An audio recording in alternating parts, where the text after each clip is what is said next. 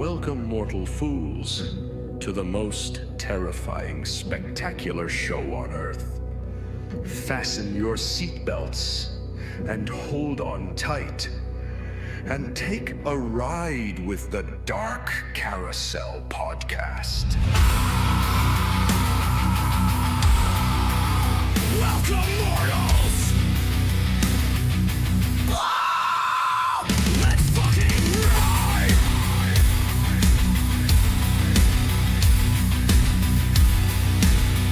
On the DCP!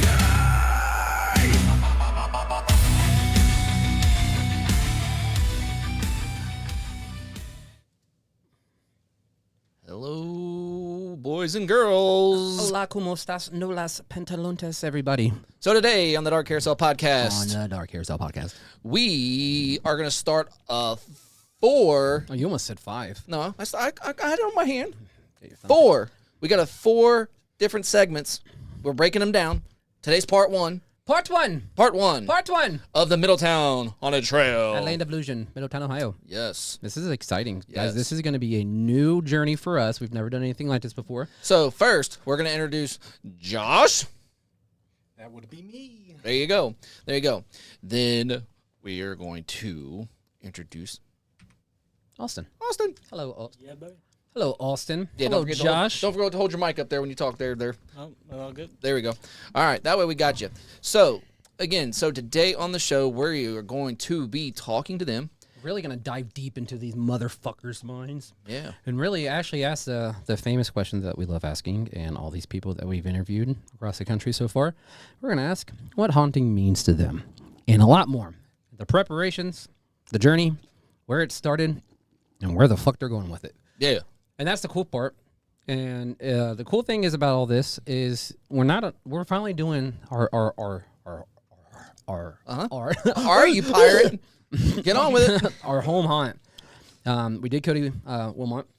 We've done Dudley, Halcombe, and now we're in the works of doing Working on the trail. on the trail. Working on it. Working on it, and we're in talks of Dr. Psychos and all the other ones and stuff. But here we are on the Middletown Haunted Trail, which is our longest haunt. Yep. Longest haunt. This is exciting. This is like one of the main reasons why a lot of people come to the Land of Illusion is because of the Middletown Haunted Trail. Yep. Middletown Haunted Trail is what, like a quarter mile long, a little bit longer. It's pretty. Like 1.2 miles or something. Yeah, like it's that? fucking Yeah, long. it's long. A lot of crazy scenes. One minute you're in, a toxic scene. Next minute you're in the sewers, or then you're in the cemetery, or you're surrounded by buses that are on their tops, and then you're in hell. And then there's just so much that goes on. But the main thing that really makes the Middletown Haunted Trail are the actors. Yeah. So the manager of the Middletown Haunted Trail, which is Michael McKnight, He'll be our 4th segment. yeah, he's the final boss. Yeah, he's the final one. It's like Mortal Kombat. Leveling up. It's like Mortal Kombat. Yeah. Like going up the fucking poles and shit. So before we go any further, we have to do our normal sponsor break. Frankenfuel. Frankenfuel. Freshly shocked energy. Yeah, it's bright. I know. You guys can't see it. fucking amazing. Yeah, Well, mine's green. Frankenfuel. Is Yeah, yours yours is green? green. No, mine's purple, but it still wants Yeah, to you guys glitch gotta on the try thing. this shit Frankenfuel. So we are working on some new intros for that too. So hopefully next episode we will have the new intro for the sponsors up and going, because we got to get them to approve it too. Yeah, so, we'll prove it and get everything going. And then if So, you guys want to yeah. get 15% off of your cans and purchase, go to frankenfuel.com/DCP and get yourself a motherfucking So with 15%. that, Sorry about that. yeah. So with that a though, long day. that's all they do is put DCP in. DCP. That's all. I know that's all they got to put in. Yeah. I didn't know if they had to put in like No, a just note. DCP. Okay. Frankenfuel.com/DCP. DCP. Get 15% off of your cans. There you and go. Boom. There There you she go. goes. Now, as of right now, it's just the 2 flavors, correct? 2 flavors: 0 sugar, non-sugar. There's your flavors. So you either get deliciousness Or 0 sugar. or 0 sugar unicorn poop deliciousness. Yeah, but either way. it doesn't taste like poop. Well, unicorn poop tastes like cotton candy, but we won't Either talk way. about that. Either way. All right. So, anyways, guys, today we're going to talk about the lovely haunting at the Middletown Haunted Trail at Land of Illusion, Ohio. Land of Illusion, Ohio. Jesus, All right, dude, Regis Philbin. I worked. How about today. you just get on with it here? So, Hello, everybody. My name is Arthur, and this is the Dark Carousel Podcast. yeah. All right. Well, All right. Let's just get it. Let's just bust this out. so break your questions out and let's go ahead and hit Josh up All right. first. Oh, I was going to do rock paper scissors. Well, he All won. right. Well. What's Well, he's closest to you, so. Yeah. But you're closest To me, theoretically. Okay, no. Anyways, Josh, tell us. Start off on who you are. What is your character name, and where are you located in the haunt at Middletown, Ohio's Land of Illusions? All right, so as they're saying, my name is Josh. Speak up just a bit. My character's name is Seymour. I'm a crossroads demon, so you don't really get to see that too much out there in the world with the haunt world. It's a little bit of a different approach to come across since a lot of the haunts and the scenes don't have an actual crossroad, and you got to kind of improv that a bit more. You can kind of see me anywhere in Zone B, all the way kind of throughout. I roam that whole zone, so you can kind of not really know where I'm going to be at. I just kind of pop up anywhere. That's cool. That's what I do. That's awesome. Awesome. What about you, Alston, Gibby? Well, I was in Toxic for like 3 years, but right now I'm in Hell's Kitchen in Zone C. Zone C. Now, what were you doing in Toxic? I was pretty much a half shirtless dude for like 3 years. And glowing like a glow stick. Yeah, and remember when you did the eyeballs on my boobs? I did. I sure did. And then you made me go cross-eyed? Yes. I have that picture. I actually have. I still have the picture of when I did my skull on you, on your chest. Yeah, dude. That's Yes. why I like going shirtless, because you could do so much detail with it. Yeah. That's the most brilliant thing. Now, when it comes to your guys' characters, so since you're going to a different scene, Austin, we'll stick with like the Toxic scene since you're I you're know more that in the most anyways. That's fine. We'll start with Josh since we. Yeah. Anyways, so like, what was like your, what do you remember the most? What was your first night working at Land of Illusion? Like, what were you doing? So my very first night working Land of Illusions, I was actually Freddy Krueger. I'm a silicone mask actor, so I don't really do like all the makeup and everything like Gibby over there. I kind of was sticking to like a one-liner character and was doing that. I was turned down by multiple haunts. A lot of haunts I would go to, just like, we just don't have room for a Freddy. We don't need a Freddy here. And then I went to Land of Illusions, and they actually welcomed me in with open hands right away. I got to it.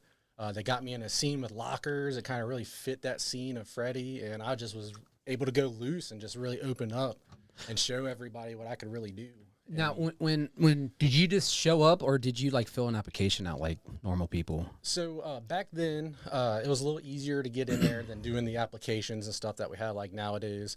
I had a friend that kind of was like word of mouth that just kind of got me in there. I was talking to him and said, "Hey, I got this Freddy. He's really good. You should give him a shot." And it just kind of went from there. Now, what is this year to you for how many years you worked at Land of Illusion? I've been there since 2017 or 2018.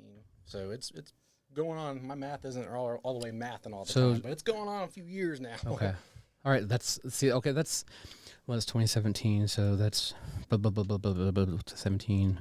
16 was when Chris and I. It's So like this is 8 your years maybe. yeah, eight years. 8 years of being at Land of Illusion. And did you work at other haunted houses before you worked at Land of Illusion? I did.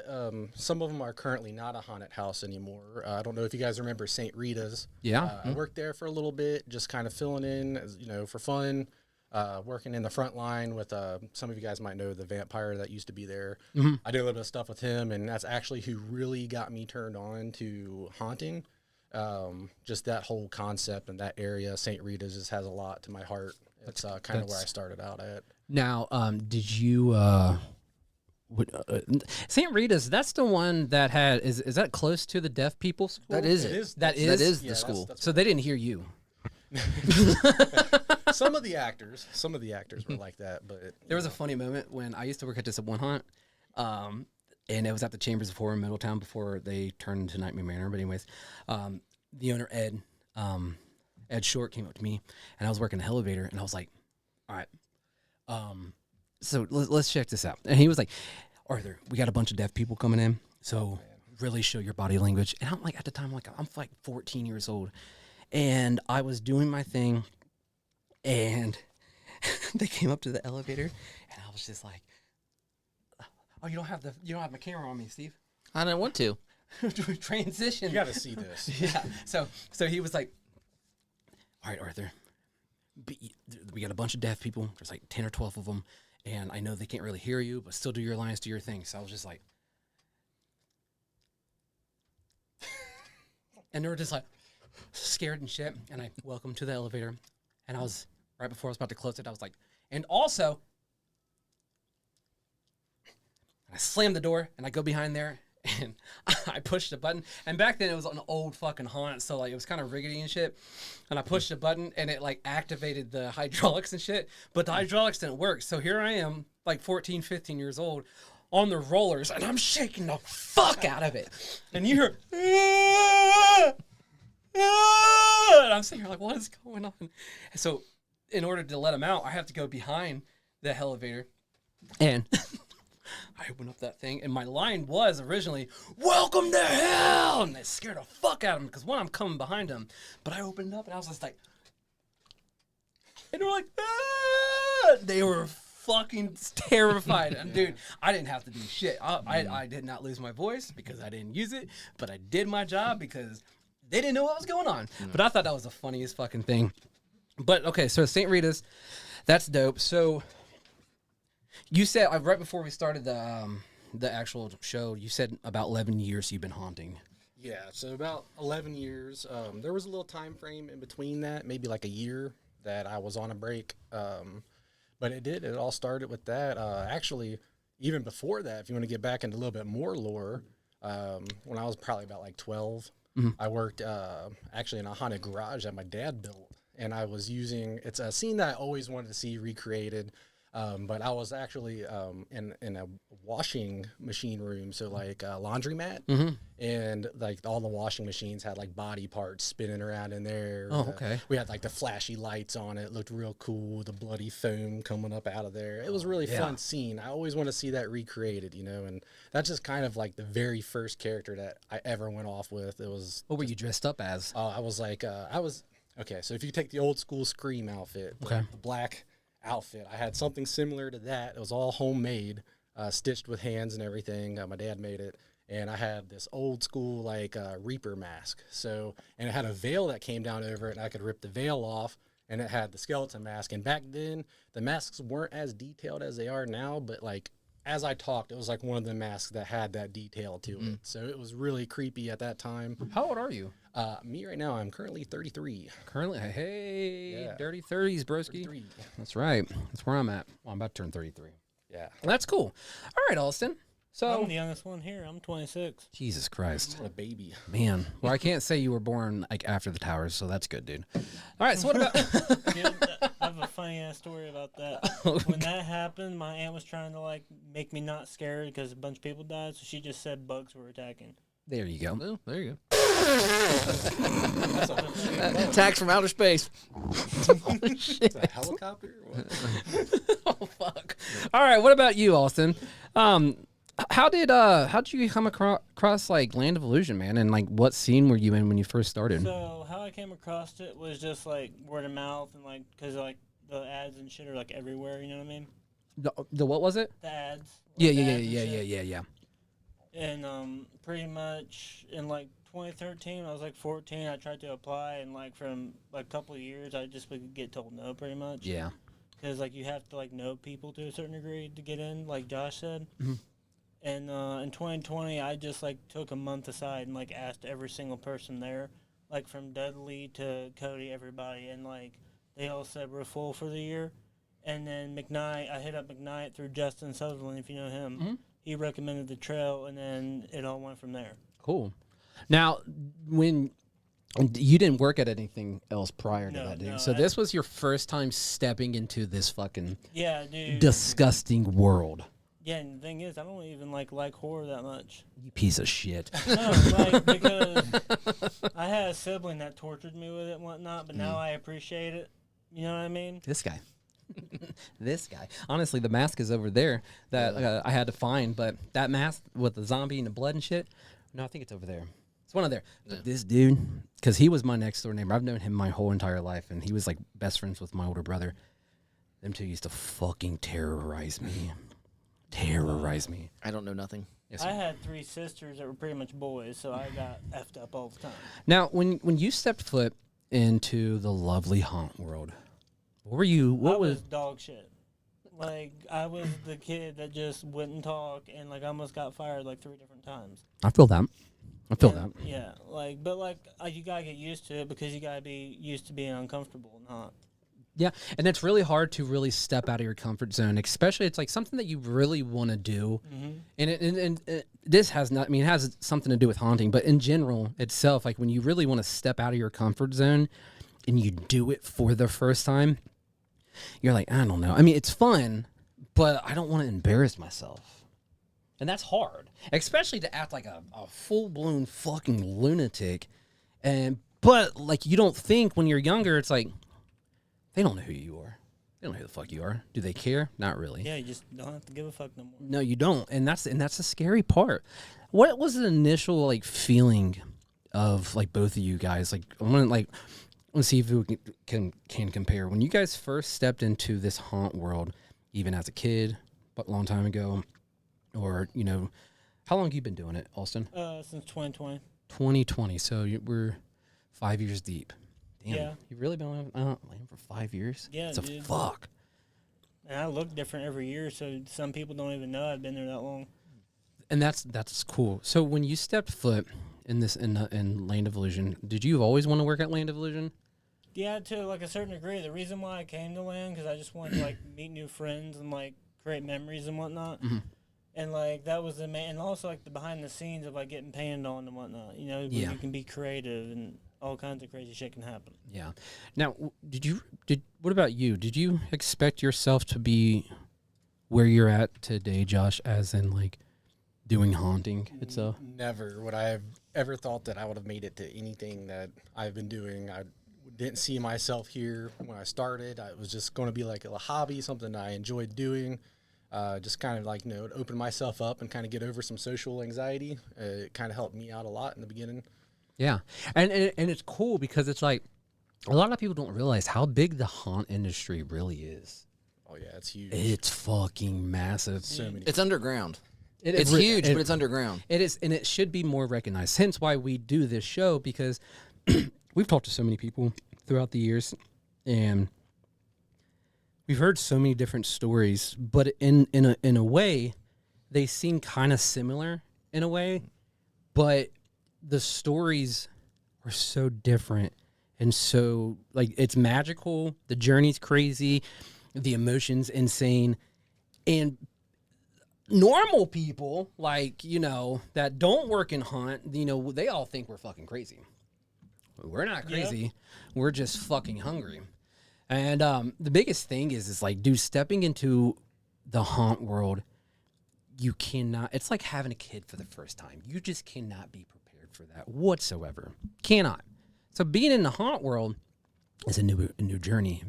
But what has it really done for you guys, as in being a full-blown haunter every year at Land of Illusion? You can ask him first. All right. Because I need time to think about it.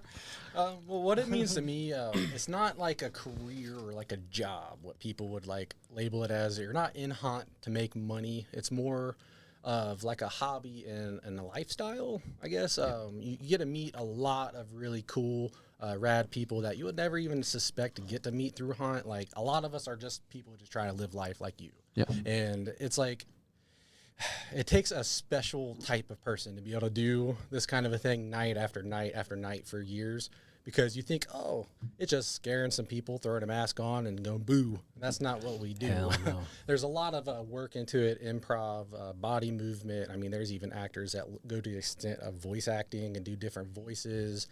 There's a lot into it other than just putting a mask on and scaring somebody. Yeah.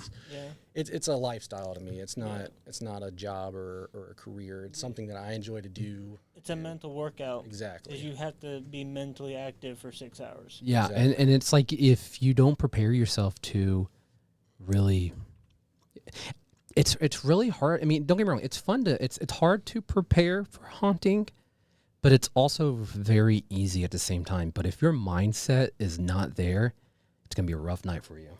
What about you, ma'am? I don't know. You don't know. You don't know. Like what it means to me? Yeah, what's it really With mean haunt? to you? What has it like done for you? Well, it's helped me like with my confidence and like how I think as a person, because I've able to build friendships that like to where, because like before I didn't really have friends in school. Right. And I didn't really like have like a social aspect. So like here I can like have friends I've known since like 2020 that I consider brothers and sisters. Yeah, and it's like you feel important. Yeah, and plus you get to create memories with your friends and like people you don't know. They'll remember you for like 5 years. Yeah, or more. honestly, for the rest of their life, dude. Yeah, dude. And that's the cool thing about it. You create these memories with these random strangers that's been living on this earth as long as you have, or even before you, or any. Well, it's the same fucking thing I just said. Yeah. But it's just like you meet these random people that you would think like during school, these are fucking stupid ass people. They're losers. They're this, and then you go hang out with them. And you're like, fuck, I'm a loser. Oh shit. And that's the cool thing. You get to create these memories. You get to create all these emotions, all these feelings that you have throughout the years of doing haunting. You meet thousands of people when it comes to customers or actors, actresses, makeup artists, special effects team, and all these people that you didn't even know 5 years ago. Just like that, flip of a switch. And that's the beauty behind haunting, because you create memories. And haunting is, I love saying this. I'm going to say it again. Some people call it horror. We call it home. 100%. Exactly. Well, another thing too, like if you guys have really watched the shows over the years, we've said it, like no matter what haunt you go to, you have haunters and you have weekenders. There's a major difference. You got people that just think it's cool because, oh, I work at a haunt and, you know, I'm out there, you know, just Fridays and Saturday nights just during haunt season. And then you got people that are actual haunters that do it 365 days a year. And, you know, like People that work on shit. yeah, like us, we are constantly, as you can see when you came down the stairs, how the studio is, we are constantly working year-round, repairing, building, creating, doing stuff for all different people, not just ourselves. You know, also we have Dark Carousel Productions, where people actually contact us to make masks for them or help them. Or just like random people message and say, hey, like especially from the trail, like Yep. I had one of the Hunter actually messaged me in like January. It's January. Yeah. He's like, hey man, can you do my makeup this year? Brother, we still got 9 months. Yeah. Dude, haunters are crazy. But I love that. It's like, yeah, sure, Yeah. dude. I'll hook you up, man. Just So that's the big thing too. Like, so as actors, you know, to really blow yourself up and to be bigger than what you are, you got to go hard at it year round. You just can't lay down and say, oh, well, it's the end of the season, I'm done. There is no vacation for us because there's only room to grow. So that's why we're constantly traveling. So we're going to all these different conventions, and not all the conventions do we, you know, you get to dress up per se, but we go just to sit back and enjoy everybody else's stuff, because it really gives you more ideas to keep being creative. yeah. So plus, when you go to these things, you also get to meet other haunters, other owners, and they as well, you develop friendships with these people, and that's what's helped us with the show too, because with us doing the show, we get to meet all these other people. So they also invite us out to their haunts, you know, to come out and, you know, see what they do. And again, it's great. It is so great. It's great. And it's exhausting. It is. It's It so is. fucking It keeps us exhausting. busy, but you know, it's good stuff though. And So. you can really dive deep into some crazy shit, and it's stuff that, like, if like, I'm being dead serious, you two. If you really love this shit, you can really make something out of it. I remember I was in Universal, and I was meeting all these characters and stuff, and I forget what part of the Universal I was in, but I came across Beetlejuice, middle of the day. And he asked me a question: "What do you do for a living?" I told him straight up, "I'm a haunter." He's like, "A haunter? That's only a once a year kind of thing." And I'm like, "Oh, dude, no, it's not." But that like tells me, it's like, bro, I can do something out of this. I really can do Well, something. Beetlejuice is asking you that, and he wants to give you some crap like that. That tells you what kind of person he is. Obviously, he must be a weekender. Yeah, I should have fucking whipped my dick out. You should have said So, his name 3 times. He probably has a white blade T-shirt underneath it. Oh yeah, or white bloody. No, it's not even bloody. It's just pink and stained. Yeah. I used to work at Universal too. No shit. Yeah. That's I cool. did Freddy Krueger there, actually. That's fucking awesome. So that's funny that you mentioned that. How'd you do that? How'd you manage that? Oh man, it was, well, I guess it was word of mouth from me doing Freddy Krueger. I got hit up by somebody. It was like, hey, He how said would you like word to to do it? mouth. Nice. I have no clue. I never really like try to reach out or try to jump into it or anything. It just kind of came to me. That's cool. That I don't know if I can ever work at Universal. Yeah. They're too Hollywood. too much, They're man. definitely very stickler about Yeah, what you do. Oh, I believe it, because it has to be like on point. On point. Scripted and everything, man. Exactly. Now, Josh, since you're in the middle of the haunt, what kind of energy do you? Honestly, I'm gonna switch to Austin real quick, just because Switching to Austin. So, Austin, since you were at the beginning of the haunt, basically, you're like right there. Since you're near it, what do you do to set the tone for what's about to come? Dude, the tone kind of gets set by Area 49 because there's machine guns and explosions, all kinds of shit going on. Loud. Yeah. And then I feel like Batista, if you ever seen wrestling where he's doing the machine guns and shit, like I just get adrenaline. It makes me want to come out because I always come out where like the gator comes. Yeah. And it's a good spot to get pop scares and shit, even if they see you. But, like, that's what gets me going and gets my adrenaline going, especially with the music blaring and shit. Oh, yeah. I fly like a superhero with the bat when I hit the Dude, like, that's what kind of started, though, is me being able to fly. I feel like a superhero when I'm hitting that, especially with my long-ass hair going everywhere. Yeah. And you cut all of it off. Yeah, because I don't want to have that and then it'll look so weird. It looked bad. Commitment. That's why I fucking dyed my fucking Dude, it hair. was bad. It was like, because it was no longer rooted, so you just seen, like, bad yellow-orange hair. Oh, okay. With, like, brown. And I was wearing hats to hide it. I feel it. I don't have any hair. I mean, it helps not have hair sometimes. Sometimes. When you have long hair, it's a bitch. I couldn't only imagine. All right, now since you're in the middle of the haunt, what type of energy do you receive and how do you pump yourself up? All right, so generally it used to be Zone 3, so I'd be like right after the chainsaw guys, and like, let me tell you, chainsaw guys, you're watching, you guys really pumped them up for our zone, and I'm telling you, they come running through there like bats. So they're the best, in my opinion. what gets me going is just hearing them screams in the distance, knowing that we got ourselves a loud crowd coming, and like, my pop is really going to be on point right here, and just that whole workup of just listening to them chainsaws going out in the distance, and just people running from that just really gets me going. So it's mainly you, Carlos, and Matt in that scene. Oh, yeah. You guys collab so fucking well. I appreciate that. You guys, I think when it comes to collaboration, that is probably, other than like the chainsaw guys, but they have crutches and stuff, you guys have each other. You guys are your own crutch. Yeah, for sure. And you guys really made, that scene used to be shit. And I'm not going to lie to you, but you guys really created a really cool story. You know, you got Matt's character with the cowboy. Yeah, he's like the reverend. Yeah, and then you're greeted by Carlos that does like the little pop scare. It's like a distraction, and then we're greeted by you. And it's really cool. And like, who was doing the thumb shit? That's me. That was cool as fuck. So I'm the soul stealer. Oh god, that was so cool. Carlos, he does the taser. He actually plays as my brother when I'm in there. So he's my brother, Mr. Fisher. And I'm Seymour, which everybody calls me Seymour Sack, because I carry the notorious brown burlap sack around that's got all of my little props and gimmicks in there.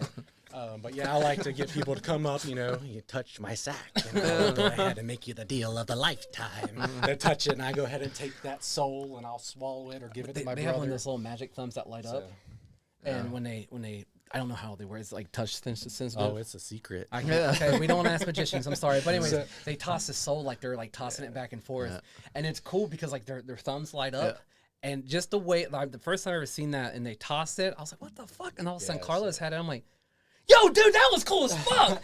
Fun fact for you, actually, I do magic tricks like as a hobby. So like that's actually one of my magic tricks that I do that I brought to land into my character. And Carlos seen me playing with it, and he's like, hey, yo. I'm like, dude, I got two. I'm like, let's make this an act. Like, we can steal it. And then he's like, we could do like monkey in the middle, have them in the middle and toss the soul. And that's what we got that idea for. If you guys went back and seen the Scare Factor video, that's where that whole thing came out. Like, he just came up with that idea. And I'm like, dude, I love it. Let's run with it. That's cool as fuck. Yeah. Now, Gibby, where's that come from? Pretty much how it happened is like in 2022, I was the gator operator for like 3 or 4 weeks. And I kind of just got sick of doing it because it's like watching your friends go outside and play and you can't play. It's literally because like they were, dude, they were literally. That was perfect. You don't even realize they were. That like, was perfect. They were talking shit like you don't gotta take makeup off tonight. They were like kind of rubbing it in. I was getting fucking annoyed about it. And plus, people were complaining about it being cold, and it really wasn't that cold. It was like 60 degrees. Dude, no, every time I'm gonna see one of those big animatronics, I'm like, dude, I'm so sorry. You're back there. Yeah. It's like they're grounded. It actually teaches them though, because I was learning by watching like Corey. I don't know how to say his last name. Parmesan cheese. Yeah, I call him Papa John's. But like, I pretty much got the inspiration by Burt Kreischer, and just because I didn't have no makeup on or nothing, so the only thing I can do is take my shirt off and act like a customer. Yeah. And that ended up helping me, and it was like so good. McKnight was running the fucking gator at one point because every single manager came through. That's so fucking funny, dude. And then luckily I won an award that year because of shit like that. That's why they were. I literally got on the picnic table, and like they just screamed Gibby because I had short hair. That was, dude. That is probably the most like detailed example. That was perfect. Because, dude, like, sometimes when people say certain things, it just gets under my skin. Instead of, like, talking shit, I just show them.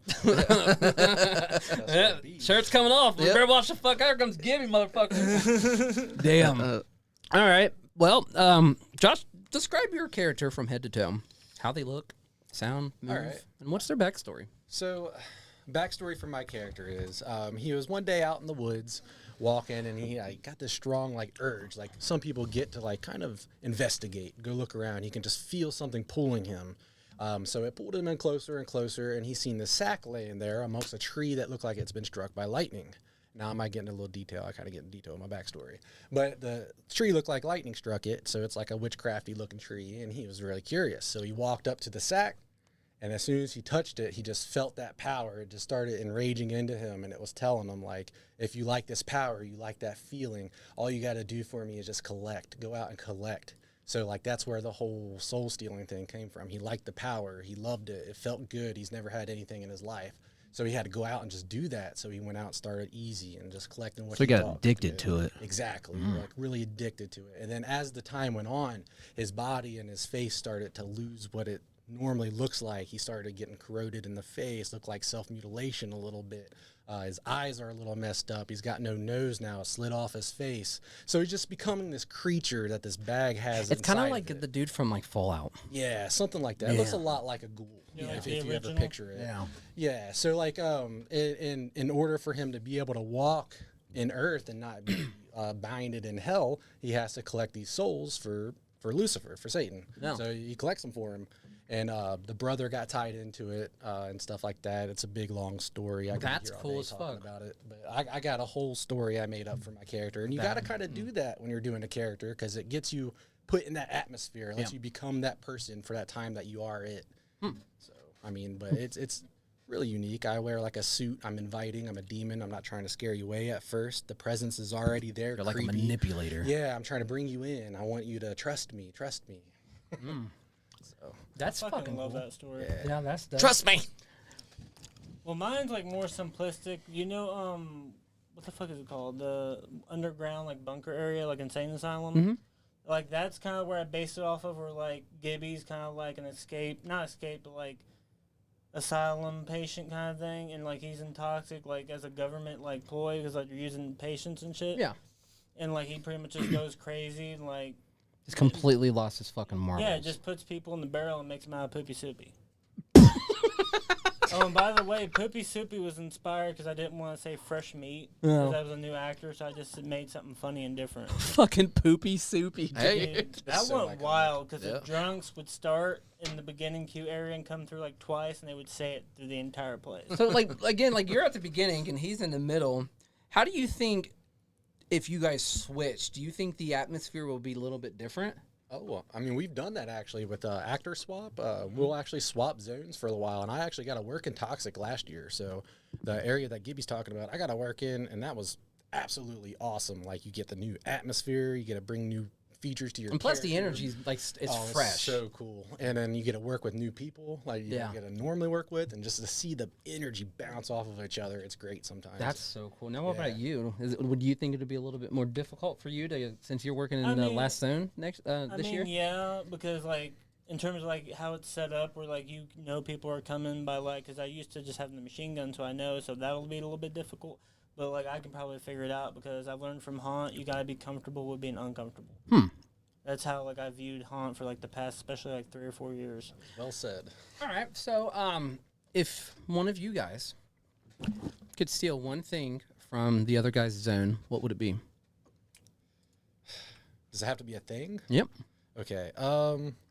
I would probably, if I could take one thing from any zone, it would have to be the sewer scene. I want that scene so bad over in my area just because it's so cool. It's got like that eerie feeling to it. It's a nice building. You know, I'm used to working outside in my area, so getting to work on an inside part is kind of cool. And that's like one of my favorite scenes out of the whole place. What about you?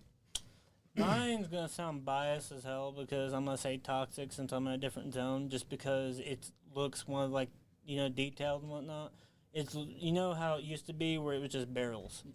Not a lot of barrels either. Like, no, it was like boring, and they had also like a ghillie suit guy in there. Like, Yeah. that makes sense. Yeah. And then it changes every year where it's gonna look so different than it did last year, dude. Oh, yeah. Like, that's why I like toxic. It changes every single year. So that's that is like your home basically. yeah, That is- dude, because it made me as a person and as a hunter. Now you gonna step it up in a new scene this year? Yeah, dude, I gotta be different. I can't like do the mumbly speed talk. I gotta like add different parts, probably be more physical and whatnot, like where I'm crawling and shit, maybe, or like just add something different. That's cool. Because it's hell, you can just be demonic. And it is that is probably, as a hunter, especially like freshly doing your thing and you've been stuck in the same spot for a few years, and all of a sudden, you know, you take away the black lights, you take away your crutch, which is banging the barrels and shit, Yeah, and now you got a whole new scene. So what are you gonna do to I it? like it because I can wear darker colors and blend in, just like I did with Toxic. It's similar for certain aspects, but it's the same. I think it's gonna be a good change for you, for sure, because it's really gonna show the true side of who you really are as a hunter. Yeah, And it's really hard to describe it because, you know, I worked in a clown house for years, and when they took away my chainsaw, I didn't know what the fuck to do. I was lost. I'm like, dude, this sucks. But I utilized it by using body language and basically ripping people in half with my mouth. And I learned how to use lines. I wrote my lines down. Now, when it comes to lines, do you guys write them down, or is it improv, or do you do a little bit of both? I am strictly 100% improv. Everything that you see me do, I'm a very big talker when I'm in my act because, you know, I'm a demon. I got a lot of talking to try to convince. So a lot of my stuff is improv off of what I see the crowd looks like and just kind of like for the crowd to kind of know what I'm going about. Yeah. What about you, Gibby? I'm kind of like 50-50 with it because I like to do improv, but also I like to prepare because if you don't have like a set up lines for certain situations, then you're just going to be caught off guard. So that's why I have lines set up. But also I do improv because it's fun to do improv, dude. That's why it's like a mental game. Do you guys ever catch yourself repeating sometimes? Hell When yeah. I was a newer haunter, I repeated a lot. But as I started aging with doing haunting, it became easier not to repeat, which is why I like the improv because it makes me feel fresher when I'm talking. I don't repeat the same line that I had, or I'll like overcomplicate it and jumble myself on a line that I'm thinking of. But then it's like mix it up with a line that I already wrote. So it's like I just strictly just on the fly, right then and there. I don't know what I'm going to say when I'm going, just right there. Yeah, I feel that. Yeah. Now, you know, haunt nights are really fucking brutal. What's the worst physical pain or injury you've pushed through to finish the show? Man, well, me, personally, I was in APOC, and I was doing a jump scare over what was like the picket wooden fence. Yeah. And when I was jumping up over it, I came up, I did my scare. Your it was balls got in flawless. between the fucking wooden fence. Oh, it was. I wish it was that. But I was up there, and I come down. And as I come down, man, there was a nail. And I shit you not, it was the worst pain I ever felt in my foot in my life. It went straight through, all the way through the shoe, into my foot, stuck. The board was stuck on there when I was trying to walk away. No, sir. And I had to rip that thing out, and I'm like, you know what? I got to do this. So I just wrapped my foot up with what I had in my bag, put a new sock on, because I always carry an extra pair of socks, because if you know how the rain gets, you always need an extra pair of socks on you. Yeah. But I did that, and I just worked through it. It was one of the most painful nights of my life, and my limp was actually real that night. What about you, man? Mine's more of I almost knocked myself out with a gator. Because it was like in 2023, because then we were doing like where we would switch and have different people, including me, on gator. And I messed up. I was sitting on one of the barrels, and then it just came back. and the weight just hit me right in the head, and then all of a sudden I feel like I'm underwater in like a reef thing. And Dude, the way you describe stuff is crazy as fuck. Great description. Very great like, description. bro, like I could like feel, like it felt like because in the lights it looks like water. Like Oh, you're you just know what like, I'm talking about? yeah, you had fucking birds flying around your head. Yeah, dude. Like I knew Little it, It was all tweet, A little tweet. tweet. yeah, it wasn't the typical like concussion. It was one of those like where you look normal and shit, pupils. And like I knew because I freaking like the next night, like after going to sleep, like I had nightmares and shit, like the typical like You description. probably died, dude. Probably did. Like I've cheated death like twice. I'm Oh a my cat. gosh, dude.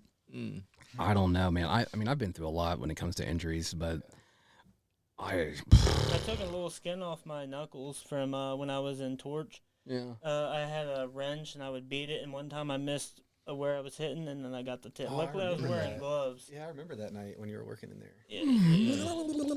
Fingers are the most. I've hurt my hands so much these past few years, man. I just recently broke my finger, and that was fucking terrible. I burnt myself sliding. It went right through the. I was sliding. I mean, I was hauling ass, and I went some distance. Next thing you know, I got up and I looked down. I was like, "Wait a minute, why is there a hole in my sock?" And next thing you know, I mean, it ate some skin off. Road rash. Yeah. Fuck, dude, that shit hurts so bad. All right, what's the most mentally exhausting part of haunting night after night? Drunks. Trunks. 1,000% probably drunk people being a little out of control. Does the music ever get to you guys? No, actually, I love it. It doesn't matter what music it is. All the scenes, I like all the music and sounds that we got. Nothing's really too repetitive to. Well, in my opinion, if you're a scene actor, eventually you just drown it out. Yeah, Because yeah, you're focused pretty on like much. prepping your lines and prepping your scene and everything. And especially when you're acting, you're focused on trying to remember stuff. Yeah, no, I can feel that, dude. 'Cause that's how that chain maze, man. When we used to have the subs in there, dude, you want to talk about some fucking? It was a damn club in there, but dude, I loved it when the subs were in there. I had control of the music, so I was allowed to put whatever I want in there. Dude, I had the hardest fucking songs hit. By like 9 o'clock, you're 100%. Yeah, fucking getting it. By 11 o'clock, you're like, You're ready for the aspirin. all right, dude, please don't be in this next song. And I was in here. It's like, oh, fuck, dude. But yeah, the music is like one really, really exhausting. Now, if your character ever joined a haunted boy band, what would it be called? And who's on the vocalist between you two? That's so funny because when I was in Toxic, it was me and Levi Ashworth. And this customer came through and asked me and him, "What band are you guys a part of?" Because I have like a mullet looking long hair. It's not a mullet, but it looked like it. And then I have like a sleeveless jean jacket, so I look like I'm in a band or something, or a biker with military pants. Yeah. So he asked what band you guys are, and then we just looked at him because we were like, "What the fuck?" Yeah, I don't really have too much of an idea, thought of that, but I would feel like it would be something like Seymour and Fisher's Sack, something like that. Because me and Carlos is always working together. I mean, like if you've seen my act, you've seen Carlos. Like, What kind of music you guys playing? I think it's gonna be maybe some underground rap. You know, we're in some old school ICP up in there. But I'm more like Primus, you know what I mean, like grunge rock. Okay. A lot of intensity. I'm a lot of that underground love. Have you guys ever had like a code brown or a code yellow? Oh man, I know what you're talking about, but I've never had that incident. But I do know plenty of people that have. I've shit myself before during No, like, bro. no, like it's like a customer. Like, have you ever scared the shit out of somebody? No, you scared the shit out of yourself. Bro, I had someone from Zone 2 land on me during a practice night, and I shot myself. Oh my god! It's like I shit myself. Man down. Yeah, Blew a fucking head gasket. I scared somebody so hard one time. I thought they shit themselves, but they farted really hard. And God, he was like, "You just made me fart." I'm like, "Oh, I really did." Like it was so bad. I work outside. Let me mind you, that whole scene was wiped out. The Like, air was thick. yeah. I didn't make someone shit, but I made someone get on one knee and pray for a second. It was when I was in Torch. No, I would do the same thing. Oh my god. Well, this question is I already know the answer to this one. Which one of you is more likely to be late shirtless, bleeding, or before the trail opens? That would be that Yeah, I would say Shirtless, yeah. shirtless, bleeding, or just late. Dude, I'm always bleeding or something's wrong with me. Like, I always get asked, Gibby, are you okay? That's why I wear Band-Aids on my freaking nipples because of all the times that have been bleeding. Oh God, could you imagine just catching that on a barrel? Nah, dude, imagine catching it when it's cold on the not shirtless, like sleeveless jean jacket. Oh, like the denim. Dude, or especially creases. in the early days with the fake blood, if it gets caught between that and the freaking shirt, the skin's literally off. Pretty much, just like runner nipple, you know. Oh God, dude, and it just rubs. You gotta put like chapstick on it and shit. Man, that's not a joke. It's mint. Dude, calm down. Put that chapstick on there and a Band-Aid right on top. I already know that. Let's say somebody made an action figure out of you guys. What are your guys' catchphrase when we push that button? Come and touch my sack. I push it a little bit. I could even see the cover of this character too. Like when you go to this toy store, right there on the box it says Seymour Sack. There we go. You're like, oh shit, man. Reach inside and find out. Yeah.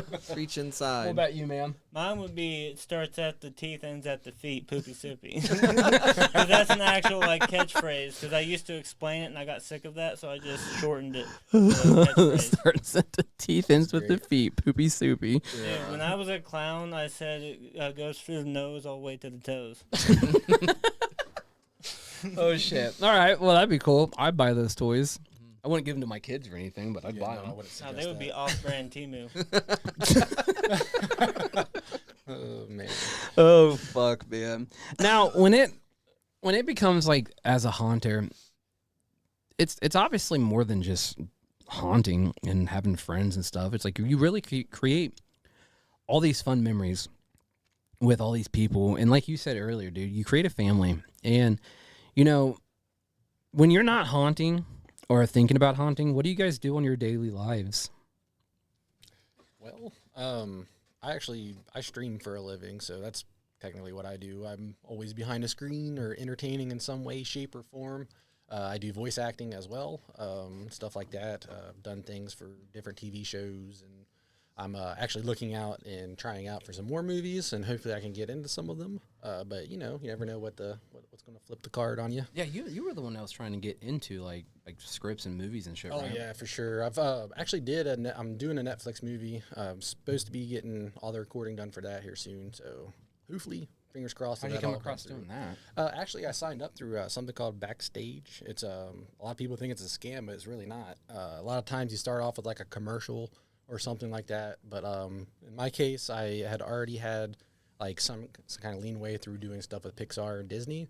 So I just got kind of hit up off that through email and through word of mouth with friends. So that's cool as fuck. Yeah. And so like when I remember I wanted to do something for all this stuff, but like I just I couldn't do it.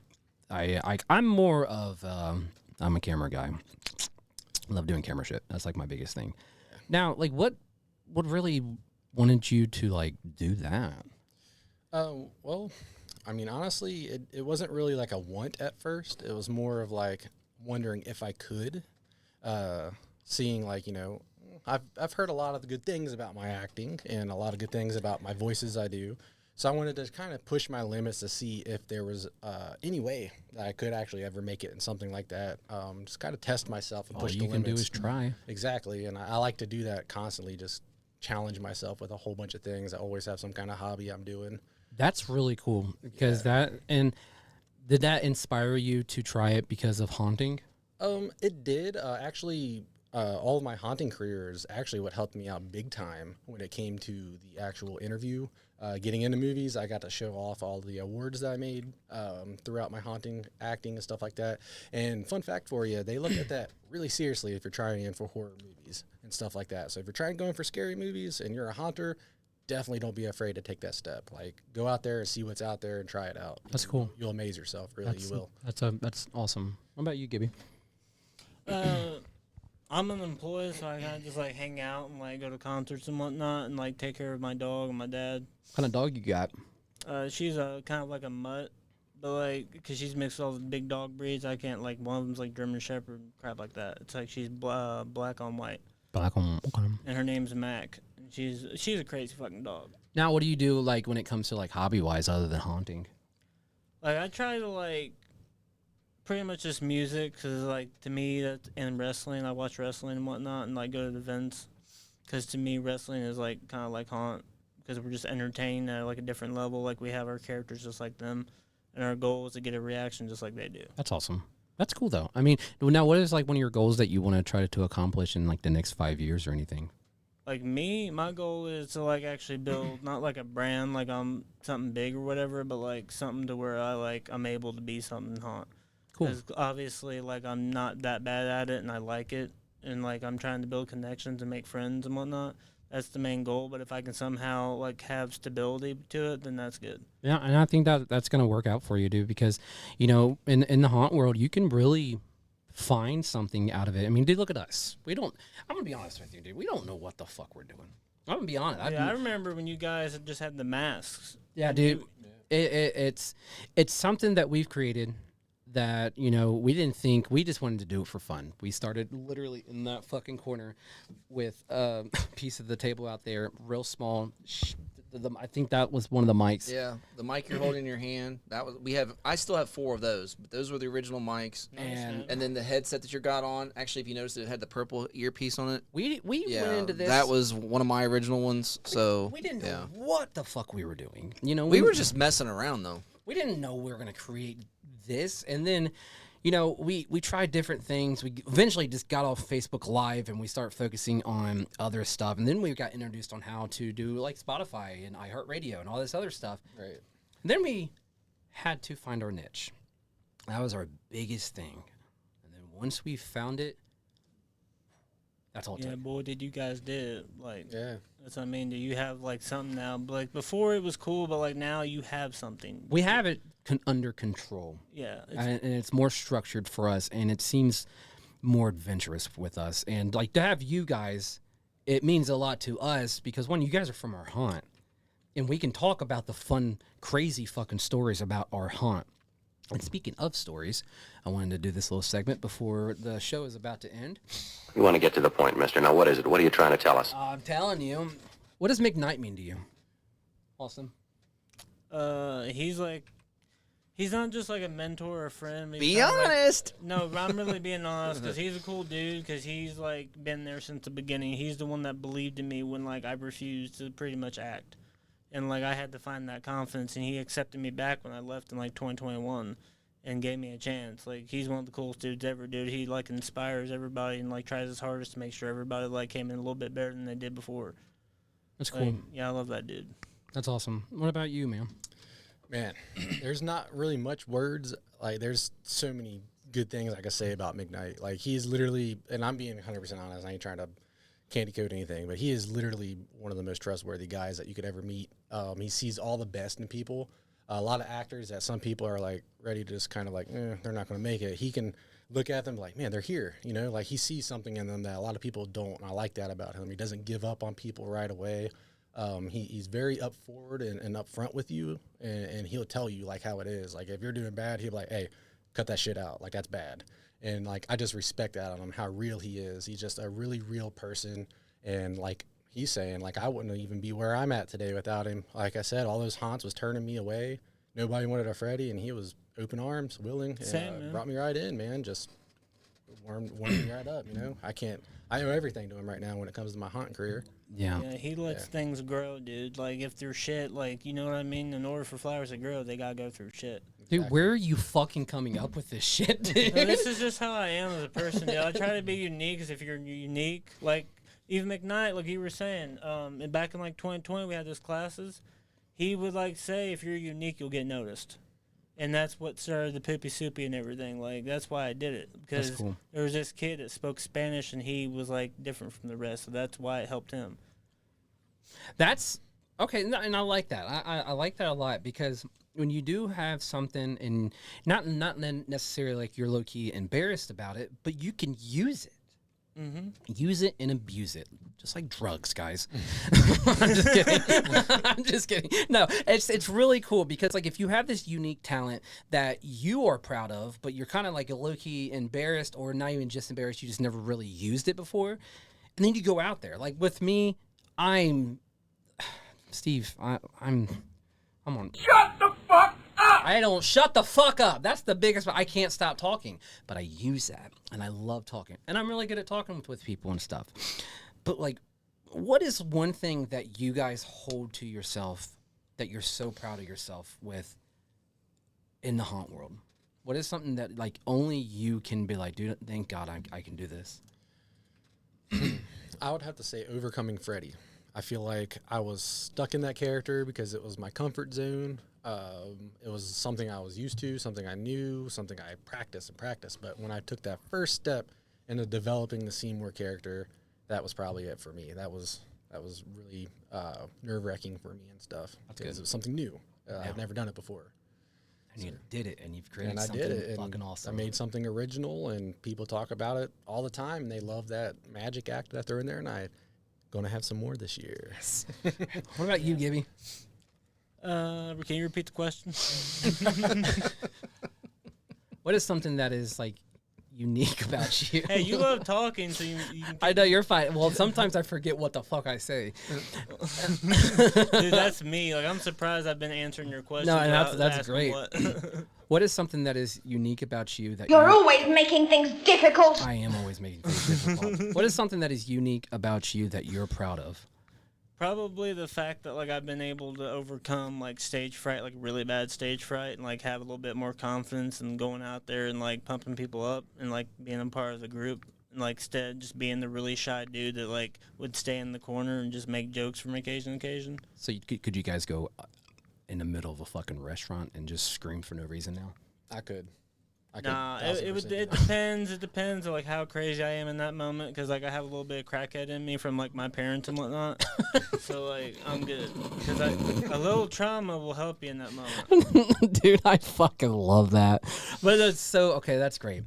It just depends on, like, if it's hot out or if I'm pissed. Like, if it's just the right moment. yeah, because you can't always be crazy. You know what I mean? Even the most insane people have moments where they look at the flowers. Okay, I'm done with you. you are saying some off the wall, and it makes sense. It doesn't make sense, but it makes sense. It makes. I've always been told that. Holy shit, dude! Makes enough sense. You're like I like it because you're throwing him off his game. You're I like fucking, it. It's like Fucking metaphors. with him. It's like holy shit, dude. It's like yeah, man, dude. Like I'm like a fucking bag of chips, but I'm only the air in the chips. Yeah. It's like wait, I understand you. Bro, I sound like a Disney character. Hey, we can do it. I love that. That's fucking great. Two more questions, and then that's it, guys. Guys, again, we appreciate every single one of you guys for doing this and listening and joining. We appreciate you guys. This is fucking cool. And you almost had it. Now, on the note, Mother.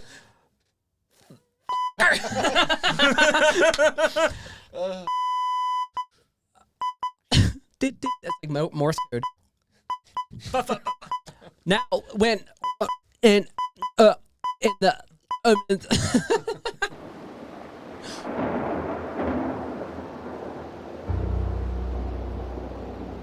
Shit's getting serious.